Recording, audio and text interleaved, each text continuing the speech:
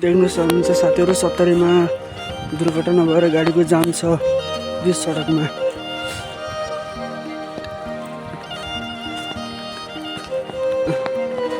हामी माइक्रो गाडीमा देउरालीबाट आउने क्रममा 70 मा घुम्ती रोडमा टिप्पर र ट्रकको एक आपसमा ठोकिएर ठुलो दुर्घटना भएको छ र चलाउने चालकहरूलाई पनि चोटपटक नलगाएको र लागेको नभएको जानकारी प्रहरीले जनाएको छ र हामीले त्यही अनुसार रिपोर्टिङ गरेको छु मैले।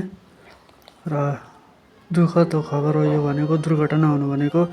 र देउरालीमा पनि ठुलो दुर्घटना भयो इभी गाडी र बाइकको, र यहाँ 70 मा पनि ठुलो दुर्घटना भएको रहेछ। नराम्रै तालले हेर्नु होला। आज 2082 को दिन 27 गते सोमबार यस्तो नराम्रो घटना देखियो। दुई ठाउँमा देखियो, एउटा देउरालीमा भयो, एउटा देउरालीमा पनि ठुलो जाम भएको छ। थियो भनेपछि आज 70 मा पनि जाम कमै भयो र टिप्परलाई ब्याक गरेर निकालियो र बाटो खुल्ला गरियो। अनि बाटो खुल्ला गरिसकेपछि मात्र आवाजात गर्न हामीलाई सजिलो भयो।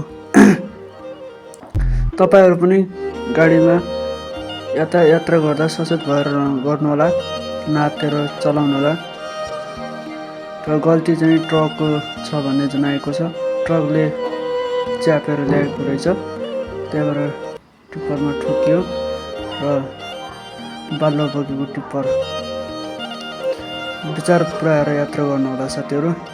र सबैजना आज जति पनि यात्रा गर्दै हुनुहुन्छ 70 को घुम्ती रोडमा ट्रक ठोकिएको छ र सबैले देख्न सक्नुहुन्छ। हजुरहरूलाई मैले आजको अपडेट दिएको छु र टिप्परलाई चाहिँ ब्याक गरेर निकालिसकेको छ प्रहरीले, है त। अब कसैलाई बाटो क्रस गर्दा चाहिँ हुन्छ।